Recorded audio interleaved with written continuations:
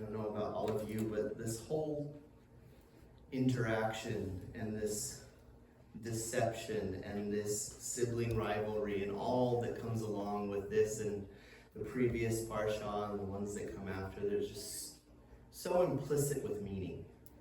So I encourage you to think a little bit more deeply about the very humanity that exists in the words that are on the pages of the Torah, and to see them not as these mythical figures of the past, but the very real characters and individuals that they were, and how very alike their opinions and thoughts and emotions are to ours today. And maybe we can fill in a little bit of these missing places with some understanding. In this week's Torah portion, Toldot, we enter into one of the most emotionally affecting scenes in the Torah. Yaakov, dressed in Esau's clothing, has taken Esau's blessing.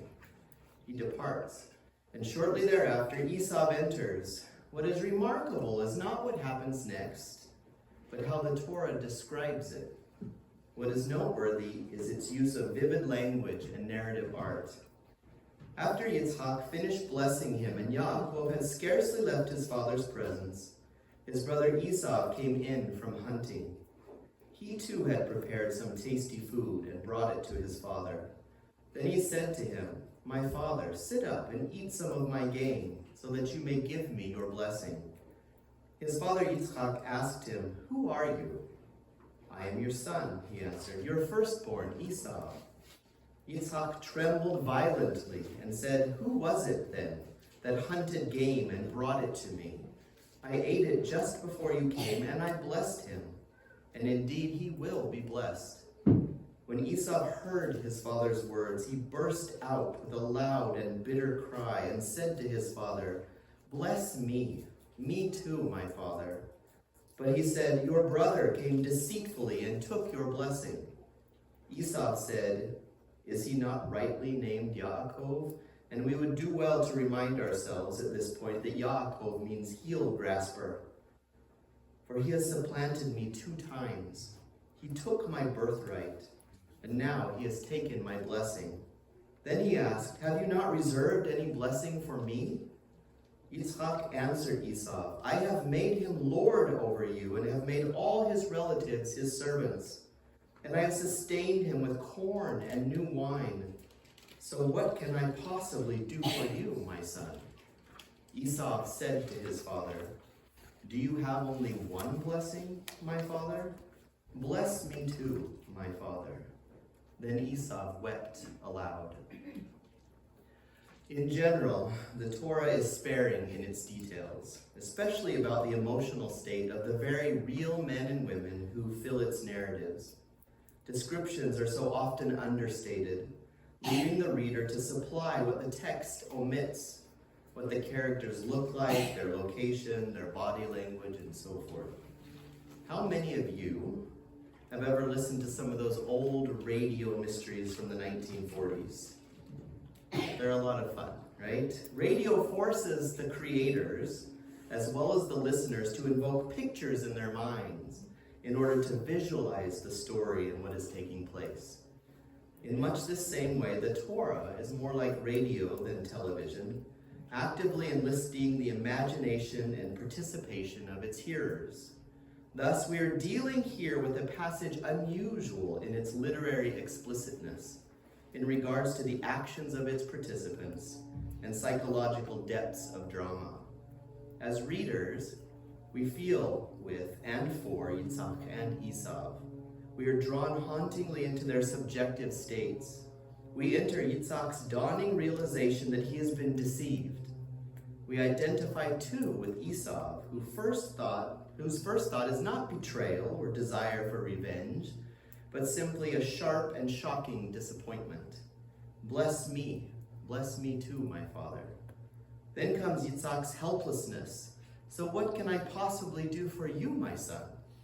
And Esau's weeping, which is all the more poignant given what we know of him, that he is a man of the fields, rough in some ways, impetuous in others, not a man given, as Joseph will later be, to tears.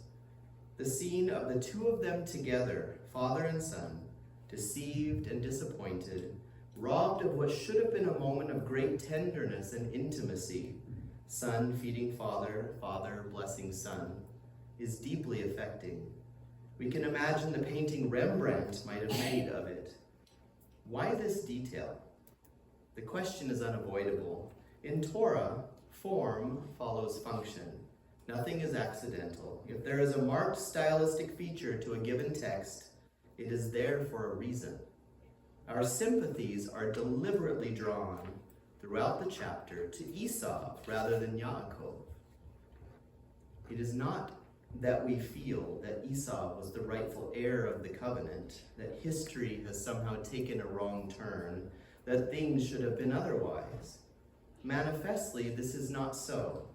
Rivka favors Yaakov. And in Bereshit, mothers know their children better than do their fathers. Yes, I said that out loud. In the book of Genesis, mothers know their children better than do their fathers. Esau, the hunter, the rugged Marlborough man, who was despised his birthright once he has sold it, was clearly not destined to be the faithful follower of an invisible, transcendent God. The Abrahamic covenant must surely pass through Yaakov, the child described as a quiet man, staying among the tents. Why then does the Torah seemingly go out of its way, using unusual devices of style to enlist our sympathies for Esau, to enter his world and see things from his perspective? Before we can answer that question, we must first take a wider look at what we know of Esau and his descendants from the rest of the Torah. Ready?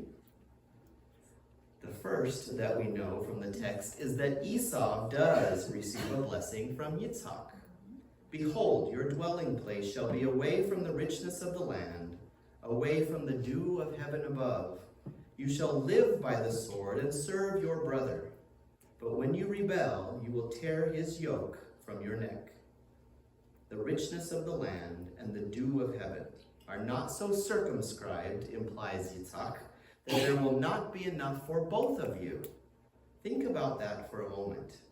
This is a blessing that both sons can enjoy without the one diminishing the other. As for Yaakov's supremacy, it will last only as long as he does not misuse it. If he acts with unwarranted high-handedness, Esau will simply tear his yoke from his neck. There is a basis here for coexistence. The second insight comes when Esau marries out, taking 2 Hittite girls as wives. This was, as the Torah tells us in no uncertain terms, a source of bitterness to Yitzhak and Rivka, and provides Rivka with the necessary pretext to reconcile Yitzhak with Yaakov, as well as giving Yaakov a legitimate excuse to leave home. I am disgusted with life because of those Hittite women, she tells Yitzhak. If Yaakov marries such a Hittite girl from the daughters of this land, why should I go on living? Esau's reaction is interesting. He understood that the Canaanite girls were displeasing to his father Yitzhak. So what was his solution? He tries to ameliorate the situation by taking a third wife, Machlah, daughter of Ishmael. Seems like that might be a bit problematic. And it does. The gesture fails for 2 obvious reasons. First, he does not divorce the other wives, and he has not internalized the fact that Ishmael too has been rejected as an heir of the Abrahamic covenant. I would not say, and please forgive me if I'm reading too much into this, that Esau is overly endowed with intelligence. But he cares for his father and his brother and does not wish to cause him distress. The third comes 22 years later when the brothers finally meet again. This is one of the great passages of the Torah, full of depth and resonance. But the surface narrative is clear. Yaakov is full of fear in advance of the encounter. Fear that leads him to make elaborate preparations involving prayer and diplomacy and war, as well as getting involved in a wrestling match alone at night with an unnamed adversary. Yet when they finally meet, Esau runs to meet Yaakov, embraces him, weeps and shows none of the hostility he has once harbored. The internal drama is played out entirely within the soul of Yaakov. Esau, true to the character we have seen, is swift to anger and equally swift to forget. When Yaakov, pleading with him to accept a gift of cattle and flocks, uses the deeply significant phrase, "Please accept my blessing," with its clear reference back to that event 22 years earlier, Esau shows no sign of understanding the thing which he is hinting at. Esau does not harbor a grudge, not because he forgives, but because he forgets. He is not Absalom. The fourth passage is the list of Esau's descendants. At first glance, it is no different from the many other genealogies in Genesis, but it contains two significant pieces of information, one explicit and one implicit. The first is the statement, "These are the kings who ruled in the land of Edom before any king reigned in Israel." The second is the contrast between the closing verse of chapter 36 and the opening verse of chapter 37. "These are the tribes of Esau, each with its own settlements in its hereditary lands. Meanwhile, Yaakov lived in the land where his father had lived as an alien." The implication could not be clearer. Esau's descendants established themselves geographically and politically long before Yaakov's. Not for them are the twists and turns of covenantal history, exile, slavery, redemption, and the wilderness years. Both may eventually inherit the richness of the land and the dew of heaven. But for one, the route is straightforward. For the other, it is anything but. The fifth thing we know, and this one comes much later, is the shape of the relationship between the Israelites and the Edomites. Here, two verses in particular stand out. The first is God's instruction to the Israelites. "You are passing by the borders of your brothers, the descendants of Esau, who live in Seir. Although they fear you, be very careful not to provoke them. I will not give you even 1 foot of their land, since I have given Mount Seir as Esau's inheritance." We see here that even though Yitzhak is not able to give Esau a blessing, Hashem has provided one for Esau and his descendants forever. The second is no less emphatic command, "Do not abhor an Edomite, since he is your brother." There is nothing in these commands to remind us of the eternal strife between the two nations predicted before their birth. Two nations are in your womb, and one people will be stronger than the other, and the older will serve the younger. During the biblical era, there were periodic tensions and shifting fortunes in the relationship between Edom and Israel. We see this in 2 Samuel 8 as well as 2 Kings 8. But normatively, the Israelites were commanded to respect both the Edomites as well as their land. Putting these facts together, what are we then to infer? At the simplest level, there is a humanity here that defies all stereotypes and conventional categorizations. Esau is a child loved by his father, who loves him in return. So striking is this that despite the generally negative evaluation of Esau in certain literature, this one fact shines through. Rabbi Shimon Gamliel said, "No man ever honored his father as I did mine. Yet I found that Esau honored his father even more than I did." There is a marked tendency for people who read the Torah to separate biblical characters in the wholly good or wholly bad category. And for this, there are good pedagogic reasons. To serve effectively as role models, typically people need to see heroes as consistently heroic and non-heroes as consistently villains. Yet beneath this overlay, the Torah teaches a different and equally important message, albeit one that demands a certain maturity to appreciate. Namely, that even heroes have their faults, and non-heroes their virtues, and that those virtues are important to the Holy One. The Esau who emerges from the Torah has none of Abraham's faith, Yitzhak's steadfastness, or Yaakov's persistence. He is carved of an altogether coarser grain, but he is not without his humanity, his filial loyalty, and a decent, if quick-tempered, disposition. This too is part of the Torah's message. Just as we cannot predict God's actions in advance, I will be who I will be. I will have mercy and show kindness to whomever I desire. So we cannot predict in advance where Hashem's image will shine in the affairs of humankind. It was the sectarians of Qumran, not the rabbis, who divided humanity into the children of light and the children of darkness. Such anthropological dualism is an alien to Judaism, as it is theological Judaism. We don't see the characters in Torah, or shouldn't, in black and white terms alone. These are real people, and no people are all something and none of something else. There is, however, something far more fundamental at stake in the story of Esau. It has to do with the very concept of chosenness itself. Chosenness, is that a word? I don't know, chosenosity? The book of Bereshit is, among other things, a profound meditation on what it is to be chosen and what it is not to be chosen. There can be no doubt that chosenness has deep psychological consequences on both sides of the equation. To be chosen means, as Yaakov discovers, a life of high demands and great hardship. Few and evil have been the days of my life, he says to Pharaoh. But not to be chosen is also deeply disturbing. We see this time and again on the two occasions in which Hagar is sent away, in the relations between Joseph and his brothers, but most explicitly in the case of Leah and Rachel. Yaakov also married Rachel, and he loved Rachel more than Leah. And God saw that Leah was hated.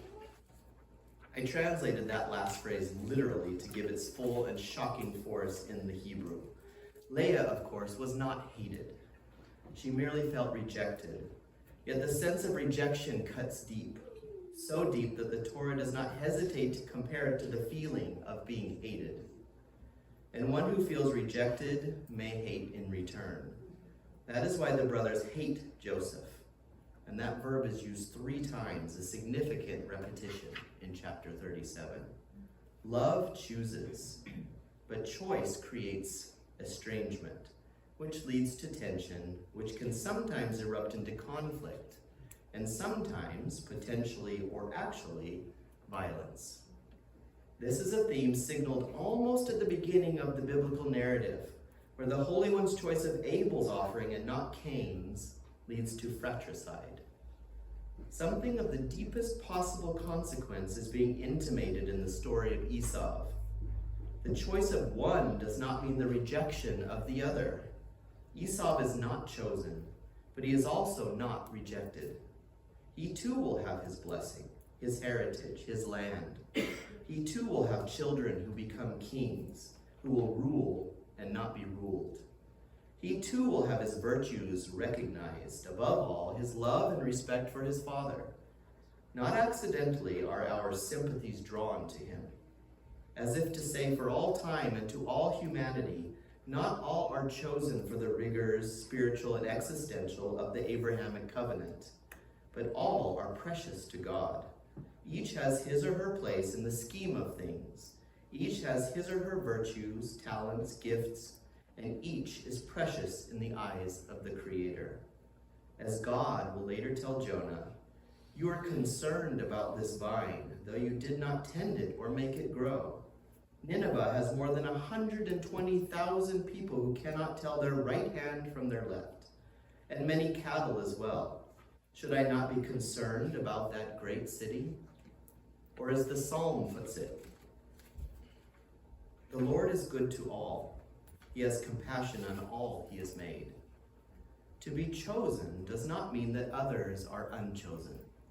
To be secure in one's relationship with God does not depend on negating the possibility that others too may have a different relationship with him. Yaakov was loved by his mother, Esau by his father. But what of God, who is neither father nor mother, but both and more than both? In truth, we can only know about our own relationship with our parents. We can never know another's. Am I loved more by my brothers or sisters? Less? Once asked, the question cannot but lead to sibling rivalry. This, of course, is one of the central themes of Bereshit, but the question is an invalid question. It should not be asked. A good parent loves all of his or her children and never thinks of more or less. Love is not quantifiable. It rejects comparisons.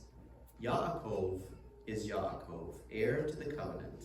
Esau is Esau, doing what he does, being what he is, enjoying his own heritage and blessing. What a simple truth, and how beautifully, subtly it is conveyed. It is one of the Torah's most profound messages to humanity, and how deeply, in an age of the clash of civilizations, the world needs to hear it today. And I think this goes hand in hand as well with,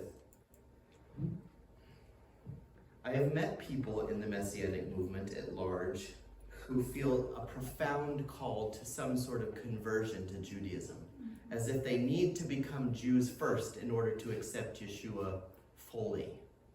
And I don't think that that's the way it was intended to be. Neither Jew nor Gentile does not mean that there ceases to be a separation between the two. All inheritors of the kingdom and heir to that covenantal promise that God made. But that doesn't mean there aren't differences. And those differences don't mean one is greater or more chosen and one is less or less chosen. It just means we have a unique relationship with our Creator, individually as well as societally. And I think that's a beautiful thing.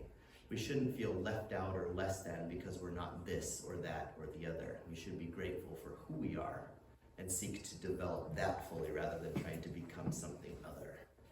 That was one of the messages I got out of this Torah portion, but I'm very curious to know what you got out of it. And before I open that door to your comments, questions, observations, I want to say, unless I forget, that I asked a question of my wife earlier, what she thought what things would have looked like or turned out as if the deception had not happened, right?